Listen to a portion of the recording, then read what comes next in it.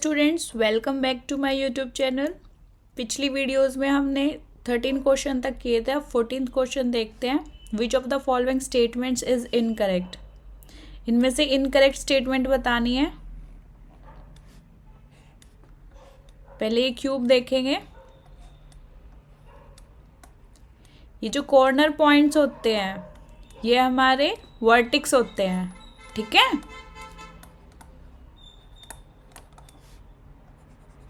ये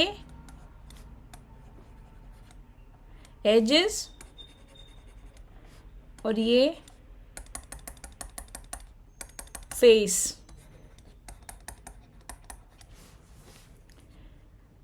एक फॉर्मूला होता है यूलर फॉर्मूला।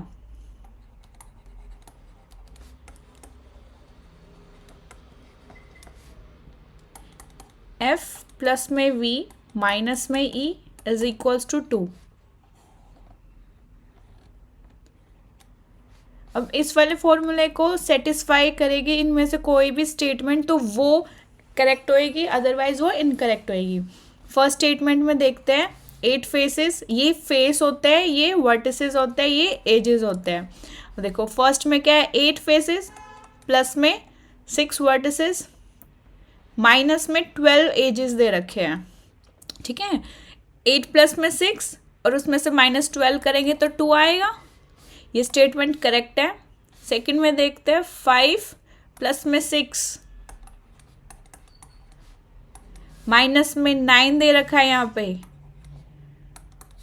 5 प्लस में 6 उसमें से -9 करेंगे तो 2 आएगा, ये भी करेक्ट है। थर्ड स्टेटमेंट देखते हैं 20 प्लस में 12 माइनस में 30 गिवन है। 20 प्लस में 12 कितना हो गया और उसमें से माइनस में 30 कर दो तो ये भी ठीक है। लास्ट में देखते हैं 10 प्लस में 15 माइनस में 20। इनकी वैल्यूज पुट कर रहे हैं हम, ठीक है। 10 प्लस में 15 और उसमें से 20 माइनस करेंगे तो 5 आएगा, ये इनकरेक्ट है। ये जो स्टेटमेंट है ये इस फॉर्मूले को सेटिस्फाई नहीं कर रहा, ठीक है। इसका मतलब option 4 is the answer. 15th question देखते हैं। Which of the following has more than 1 lines of symmetry. और देखो पहले हम ये देखते हैं लाइन्स ऑफ सिमेट्री क्या होते हैं।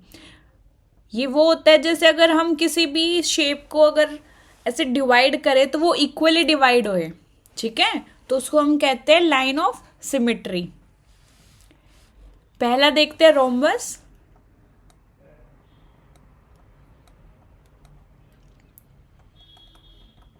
ये ऐसे कर दी और एक ऐसे, ठीक है। वर्टिकली और हॉरिजॉन्टल करेंगे तो ये इक्वली डिवाइड होएगा, ठीक है। वर्टिकल करेंगे तो इक्वल होएगा, ऐसे ही हॉरिजॉन्टल करेंगे तो भी इक्वल है।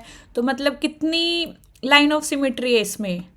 2, ठीक है, इसमें 2 है। सेकंड में देखते हैं लाइन ए और बी। इसको अगर हम बीच में से ऐसे डिवाइड करेंगे, ठीक है, तो ये भी इक्वल में करेंगे, डिवाइड कर रही है तो इसमें कितनी है? 1 लाइन ऑफ सिमेट्री है। ऐसे ही थर्ड में देखते हैं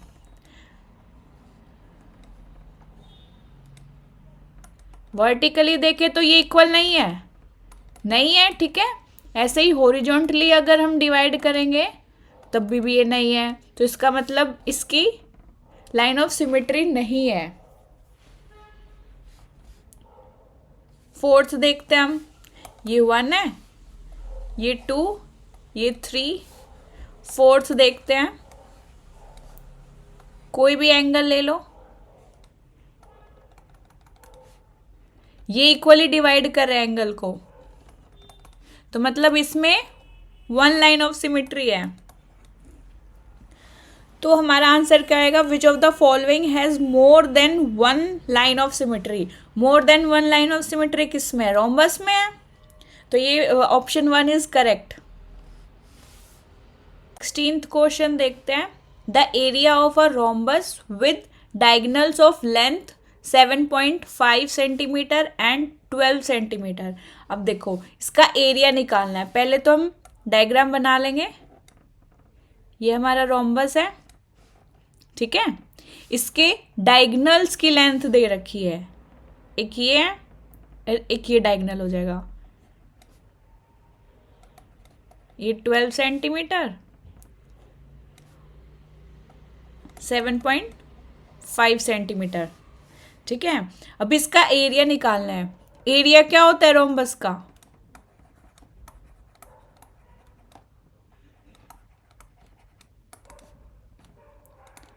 हाफ इंटू में D1 D2,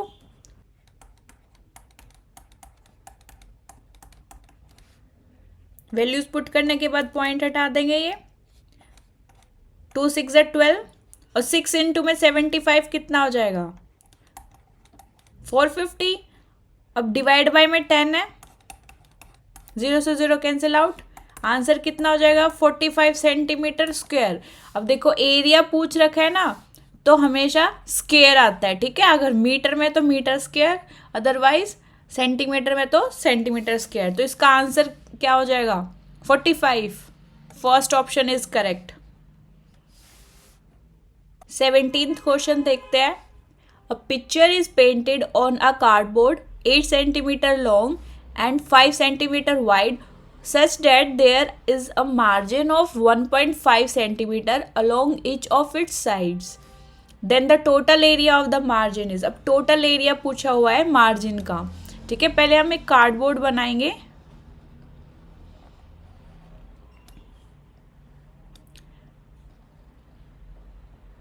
ये मार्जिन छोड़ दिया हमने 1.5 सेंटीमीटर की, 1.5 सेंटीमीटर की मार्जिन छोड़ रखी है। ठीक है,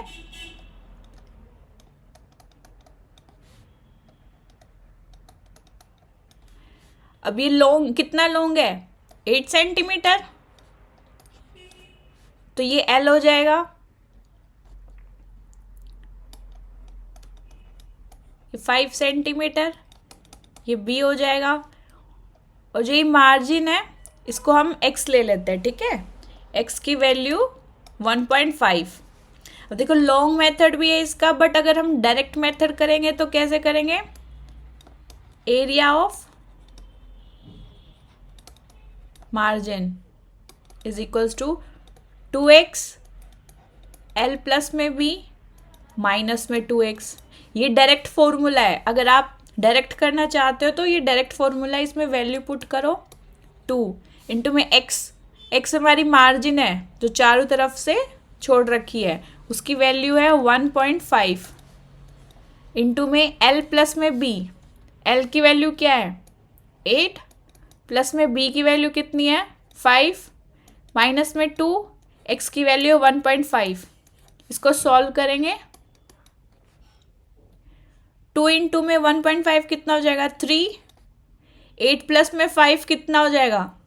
13 माइनस में 2 इंटू 1.5 3। ठीक है, अब 3 इंटू में 13 माइनस में 3 10 is equals to 30 centimetre square. ठीक है, एरिया निकालना था इसलिए सेंटीमीटर स्क्वायर हो जाएगा, तो आंसर 30 आ गया है। Option second is correct. 18th question देखते हैं। A road roller takes 750 complete revolutions to move once over to level a road. The diameter of the road roller is 84 centimetre and its length is 1 metre. Then the area of the road that is being levelled is. ठीक है, area निकालना हमें road का जो levelled हुआ है। ये roller हो गया, इसकी लेंथ कितनी गिवन है? 1 मीटर। इसका डायमीटर कितना गिवन है? 84 सेंटीमीटर। ठीक है, डायमीटर 84 सेंटीमीटर गिवन है। अब देखो ऑप्शंस में मीटर में आंसर गिवन है ना, तो हम कन्वर्ट करेंगे सेंटीमीटर से मीटर में। देखो 1 metre is equals to 100 centimetre. ठीक है, तो r is equals to radius कितना हो जाएगा? 84 डिवाइड बाय में 2, डायमीटर का हाफ रेडियस होता है ना, 84 डिवाइड बाय में 2 सेंटीमीटर हो गया। अब इसको मीटर में कन्वर्ट करेंगे, 84 डिवाइड बाय में 2 है ना, 100 से और डिवाइड कर देंगे, ठीक है। ये हमारा मीटर में कन्वर्ट हो गया है। इसका फॉर्मूला क्या होता है, अब देखो ये वाली जो पोर्शन है ये ही रोड पे घूमेगी, तो इसका कर्व्ड सरफेस एरिया लेंगे, टोटल सरफेस एरिया नहीं लेंगे। फॉर्मूला क्या होता है कर्व्ड सरफेस एरिया का, 2πr/h, ठीक है, 2πr/h होता है। 2 इंटू में पाई कितना है, 22/7 वैल्यू गिवन है। अगर वैल्यू गिवन होती है तो वो वैल्यू हमें यहाँ पे पुट करनी है, इंटू में आर कितना है, ये हमारा, ये आर की वैल्यू हो जाएगी जो हमने मीटर में कन्वर्ट किया है, 84 डिवाइड बाय में 2 ये, और एच कितना है हमारा, 1 मीटर हमारा एच है। देखो जो ये लेंथ है ना, ये लेंथ, ये एच की वैल्यू है। 2 से 2 कैंसिल आउट हो गया, 7 12 जा 84। अब देखो 22 को 12 से मल्टीप्लाई करेंगे तो कितना आएगा, 264, और डिवाइड बाय में 100 है तो पॉइंट में चला जाएगा 1 और 2, 2.64 आ गया। अब 2.64 मीटर स्क्वायर है। अब कितनी बार ये घूमेगा, 750 टाइम्स, तो 750 को मल्टीप्लाई कर देंगे 2.64 से।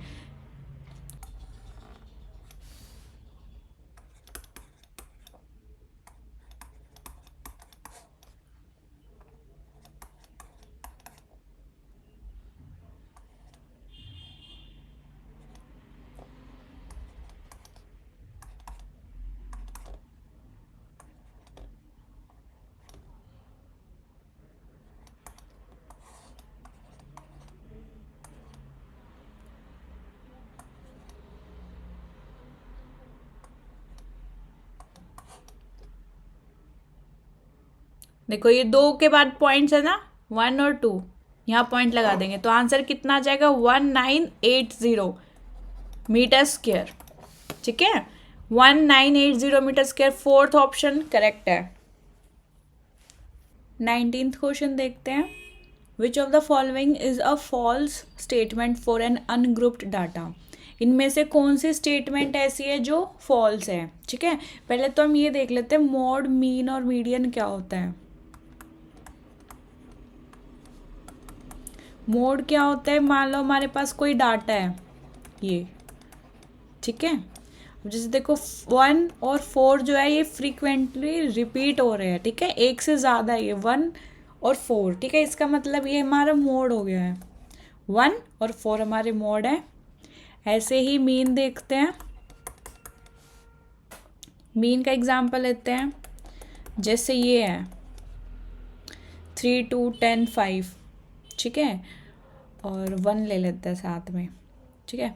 अब मीन का क्या मतलब होता है, ये जितने भी हमारा डाटा है इन सबको ऐड करेंगे, 3 प्लस में 2 प्लस में 10 प्लस में 5 प्लस में 1, डिवाइड बाय में टोटल कितना है, 1 2 3 4 5 है इनका नंबर, ठीक है।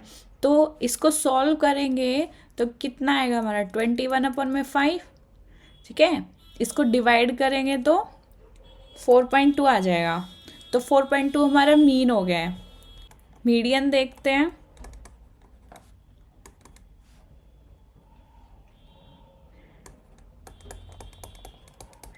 ये डाटा हमने सेम लिया है, तो देखो पहला स्टेप होता है अरेंज करना, स्मॉलेस्ट से लार्जेस्ट, 1 2 3 5 और 10, ये अरेंज कर दिया। पहला स्टेप होता है अरेंज करना, उनमें से जो मिडल वाला है वो हमारा मीडियन हो जाएगा। और अगर मान लो ये ऐसे गिवन है अगर मान लो 10 नहीं है और ये इसमें कोई भी मिडल नहीं है तो हमें क्या करना है, बीच के जो दो हैं उन दोनों को ऐड करके डिवाइड बाय में 2 करेंगे, ठीक है। 5/2 ये हमारा मीडियन आ गया है। अब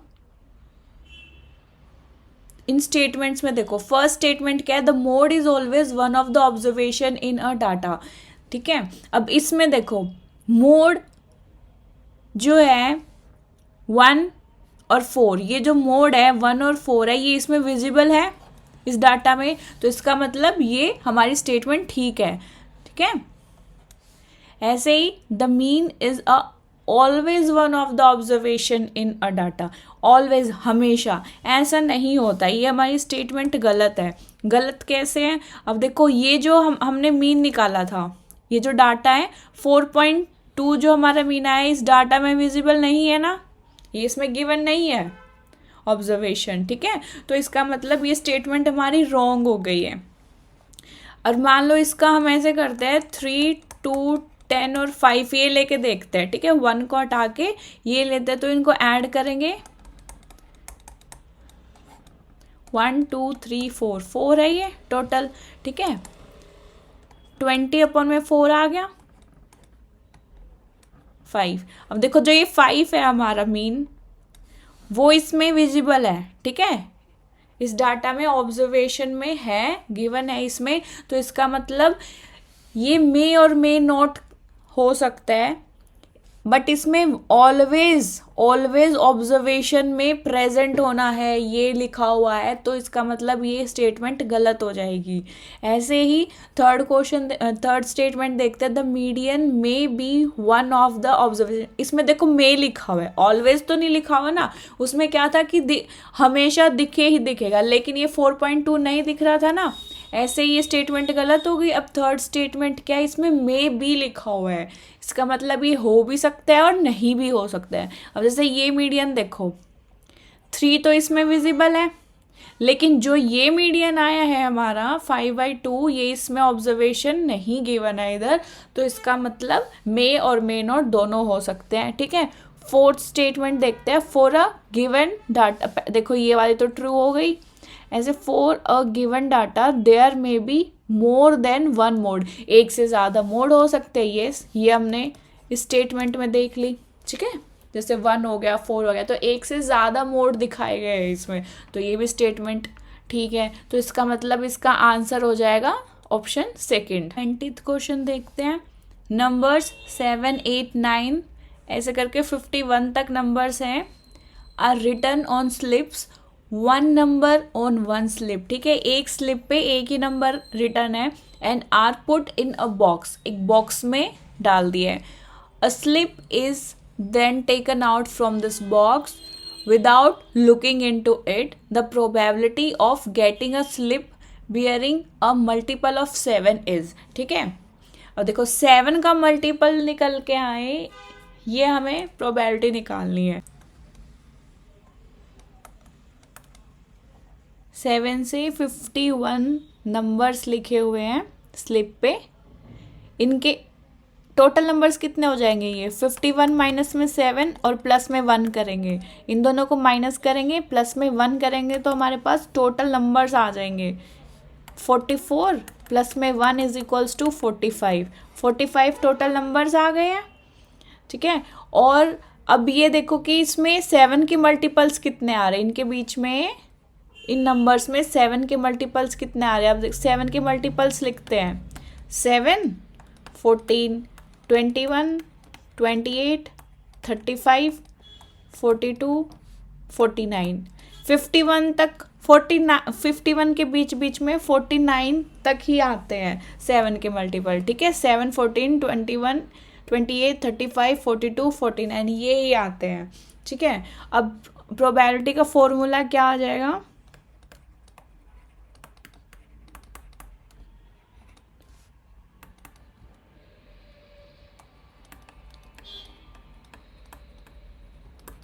फेवरेबल डिवाइड बाय में टोटल। अब देखो कितने हैं, 1, 2, 3, 4, 5, 6, 7 है टोटल जो हमें चाहिए।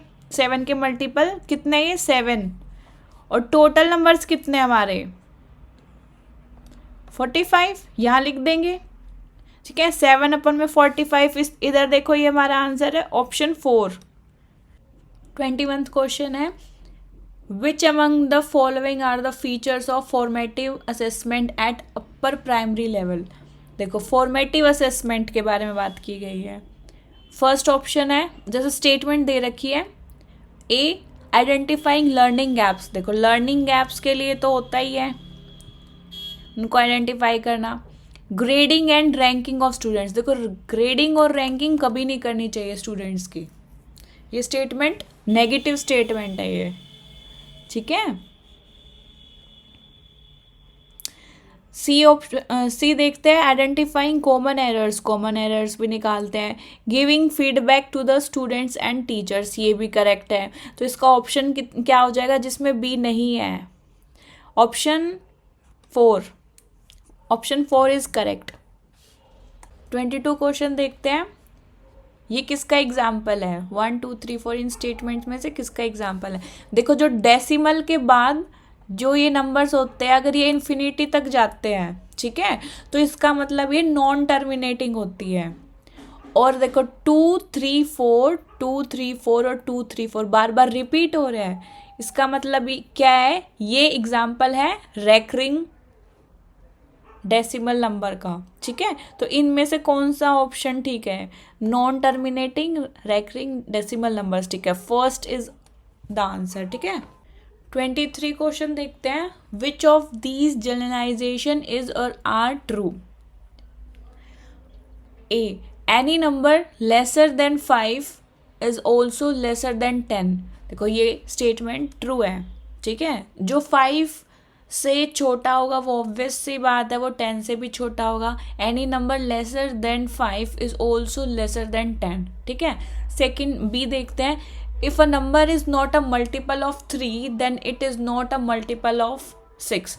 अब ये देखते हैं, 6 का जो मल्टीपल होगा वो 2 और 3 के मल्टीपल से ही होगा, ठीक है। इसका मतलब जो 3 का ही मल्टीपल नहीं है, 3 का मल्टीपल नहीं है, तो वो 6 का मल्टीपल कैसे होएगा। तो इसका मतलब ये स्टेटमेंट ट्रू है। If a number is not a multiple of 3 then it is not a multiple of 6, ये भी ट्रू है। एंड सी देखते हैं, any quadrilateral with all sides equal is a square. देखो कोई भी एग्जाम्पल लेके देखते हैं, मान लो ये रोम्बस है, इसकी साइड्स इक्वल है लेकिन ये स्क्वायर नहीं है, ठीक है। स्क्वायर की भी साइड्स इक्वल होती है बट ये स्क्वायर नहीं है, तो इसका मतलब ये स्टेटमेंट फॉल्स हो जाएगी। अब इसमें से ऑप्शन देखते हैं कौन सा है जिसमें सी नहीं है, ए और बी, ऑप्शन ए और बी, सेकंड ऑप्शन ठीक है।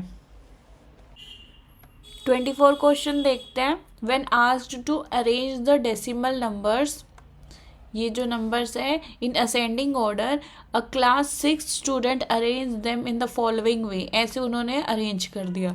अब देखो ये जो दो पहले लिखे हुए हैं ना, ये उसने गलती कर दिया है। तो how will you address the error made by the students. इनमें से ऑप्शन देखते हैं, फर्स्ट ऑप्शन है उसको इसी टाइप के एग्जाम्पल्स की प्रैक्टिस करवा के देखो, उससे कोई फ़ायदा ही नहीं होगा, तो ये स्टेटमेंट गलत हो गई, ठीक है। सेकंड में देखते हैं, जो ये अरेंजिंग वाला जो टाइप है ना, अरेंजिंग डेसिमल्स इन असेंडिंग ऑर्डर, दोबारा से वो ब्लैक बोर्ड पे करके दिखाया, ये भी गलत है। थर्ड स्टेटमेंट देखते हैं, जो प्लेस वैल्यू सिस्टम है of the decimals using manipulatives and facilitate the students to compare his or her answer, ये ठीक है, ये ऑप्शन बिल्कुल करेक्ट है, ये पॉजिटिव स्टेटमेंट है, ठीक है। प्लेस वैल्यू सिस्टम, इसके बारे में वो जानेगा तभी तो उसको आंसर पता चलेगा भाई कैसे अरेंज करना है, क्योंकि उसको ये ही नहीं पता होगा कि डेसिमल के बाद अगर 0 आए या फिर डेसिमल के बाद अगर 1 या 2 कोई भी नंबर आए तो इनमें से बड़ा कौन सा होगा छोटा कौन सा होगा, ये ही नहीं पता, तो वो फिर से गलती करेगा। तो उसी टाइप के एग्जाम्पल्स भी नहीं सॉल्व करवा सकते और वही चीज़ दोबारा से करके दिखाएंगे, वो भी समझ में नहीं आएगी। तो प्लेस वैल्यू सिस्टम जो ये इस टाइप के जो क्वेश्चंस होते हैं ना, इस टाइप की एरर से कंसेप्चुअल एरर्स होती है, ठीक है, अगर उसके कॉन्सेप्ट ही क्लियर नहीं होंगे तो वो कैसे आंसर ठीक करेगा। तो इसका मतलब प्लेस वैल्यू सिस्टम को अच्छे से समझाओ। Fourth statement, ask the students to read the numbers once again and try to arrange the, ये भी गलत है, तो हमारा आंसर हो जाएगा थर्ड। 25 क्वेश्चन देखते हैं। When asked to find the sum of 5x and 3y, a child has done it in the following way. 5x plus में 3y is equals to 8xy। अब देखो 5 और 3 तो उसने ऐड कर दिया, ठीक है, 5 और 3 उसने ऐड कर दिया, बट जो x और y है उसने ये मल्टीप्लाई कर दिया। तो ये किस टाइप के एरर्स होते हैं, उसके कॉन्सेप्ट ही क्लियर नहीं है, तो कॉन्सेप्चुअल एरर हो जाएगा ये। इसमें से थर्ड ऑप्शन ठीक है। 26 देखते हैं, which of the following is not true about algebra. देखो फर्स्ट स्टेटमेंट है, it deals with the journalisation of pattern for rule making, ये भी स्टेटमेंट ठीक है। It deals with developing mathematical statement using non and unknown quantity, ये भी ठीक है। थर्ड देखते हैं, it deals with solving daily life. देखो डेली लाइफ जहाँ जाए ना, डेली लाइफ से रिलेटेड कुछ भी है इसमें तो वो हमेशा ही ठीक मिलता है, जर्नली अगर देखे तो वो ठीक ही होता है। It deals with solving daily life problems using fundamental operations to find the unknown quantity, ये भी ठीक है, ये हेल्प तो करेगा डेली लाइफ में। फोर्थ देखते हैं, it has very limited application in problem solving in daily life, ये गलत है, तो आंसर हो जाएगा फोर्थ। 27 देखते हैं, which of the following transformations affect the congruency of shape. अब इसका मतलब क्या होता है, मान लो दो हम ट्रायंगल ले लेते हैं, A B C P Q R, इनकी साइड ये लेते हैं। अब देखो इसका मतलब क्या होता है, अगर ये वाला ट्रायंगल इसके ऊपर रख देंगे ना तो वो कवर कर लेगा पूरा, इसका मतलब उसके हर एक हिस्से, साइज से शेप, हर चीज़ सेम होती है, ठीक है, ये पूरा का पूरा इसको कवर कर देगा, इसका मतलब ये होता है कॉन्ग्रुएंसी ऑफ अ शेप का मतलब, ठीक है। अब इनमें से देखते हैं कौन सा इफेक्ट करेगा इसको, translation, reflection, rotation, enlargement. Enlargement इसको अफेक्ट करेगा, कैसे करेगा, मान लो ये जो ट्रायंगल है 2 3 4, अगर हम इसको बड़ा कर दें, मतलब इसकी जो साइड्स है ऐसे अगर हम साइड्स को बड़ा कर दे, इसका मतलब ये अब इसको कवर नहीं कर पाएगा, क्यों, इसका जो साइज़ है वो बड़ा हो चुका है, इसकी साइड्स बड़ी हो चुकी है, तो ये अफेक्ट हुआ है। रोटेशनल का देखते हैं, रोटेशन अगर हम करेंगे इन दोनों को, फर्स्ट और सेकंड ट्रायंगल्स को अगर मान लो हम रोटेट करेंगे, ऐसे देखो रोटेट करेंगे तो कोई भी इफेक्ट नहीं पड़ेगा, उसके साइज को, शेप को, इन चीज़ों को कोई इफेक्ट नहीं पड़ेगा। जो रिफ्लेक्शन है, अगर मिरर इधर रख दे तो इन दोनों की शेप भी सेम रहेगी, रिफ्लेक्शन से भी कोई फ़र्क नहीं पड़ेगा। और ट्रांसलेशन का मतलब क्या होता है, मान लो हम इन दोनों को ऐसे एक्सचेंज कर दें, कहीं पे भी रख दें, तब भी उसकी शेप चेंज नहीं होएगी, साइज शेप हर चीज़ चेंज नहीं होएगी, सिर्फ जो इनलार्जमेंट उसको बड़ा करेंगे ना, सिर्फ तभी अफेक्ट होएगा। तो ऑप्शन 4 इज करेक्ट आंसर। 28 देखते हैं, counter examples in mathematics classroom are useful for. A है एलिमिनेटिंग मिसकंसेप्शन, ये भी ठीक है। सेकंड है डिसप्रूविंग कंजक्चर, ये भी ठीक है। देखो मान लो कोई 3 कहेगा कि 3 के बाद 6 कैसे आया, तो एक कहेगा कि 3 को अगर हम 3 के साथ प्लस कर दे तो आ जाएगा, लेकिन दूसरा कहेगा 3 के बाद 6 कैसे आया, 3 को 2 से मल्टीप्लाई करेंगे तो 6 आया, ठीक है। ऐसे ये बी का मतलब है इसका, ठीक है। सी क्या है, प्रूविंग एन एग्जाम, ये गलत है। डी है टू फॉल्सिफायर जनरलाइजेशन, ये भी ठीक है। तो ऑप्शन हमारा क्या हो जाएगा, A B D, first option is correct option.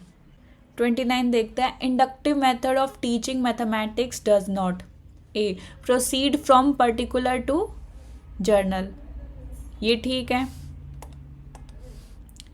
Second है take care of needs and interest of learners, ये भी ठीक है। थर्ड है proceed from abstract to concrete, ये गलत है। ये कंक्रीट से एब्स्ट्रैक्ट होता है, ना कि एब्स्ट्रैक्ट टू कंक्रीट, ठीक है। तो ये वाली स्टेटमेंट हमारी गलत हो जाएगी, मतलब आंसर है थर्ड। 30 क्वेश्चन देखते हैं। Which of the following statement does not imply the same as all multiples of 8 are multiples of 2। देखो जितने भी मल्टीपल्स है 8 के आर मल्टीपल्स ऑफ 2, इस जैसी सेम कौन से स्टेटमेंट है? देखो पहले है there are no multiples of 8 that are not multiple of 2, ये भी ठीक है, ठीक है। जो भी मल्टीपल नहीं है 8 के, जो मल्टीपल 8 के नहीं है वो मल्टीपल 2 के भी नहीं हो गए, ठीक है। सेकंड है if a number is a multiple of 8, अगर कोई नंबर 8 का मल्टीप्लाई है ना तो it is a multiple of 2, तो वो 2 का भी मल्टीप्लाई होएगा, ये भी ठीक है। थर्ड देखते हैं any multiple of 8 is a multiple of 2, कोई भी मल्टीपल 8 का वो मल्टीपल ऑफ 2 भी मिलेगा, ये भी ठीक है। फोर्थ स्टेटमेंट है some multiples of 8 are multiples of 2। देखो ये वाली जो स्टेटमेंट है ये अपोजिट है स्टेटमेंट के, ठीक है। जो ये पूछा गया है इसके अपोजिट है ये, तो आंसर फोर्थ आ जाएगा। Thank you students, 30 questions complete हो गए हैं इस वाले सेट के। नेक्स्ट वीडियोस में इसके नेक्स्ट सेट करते हैं।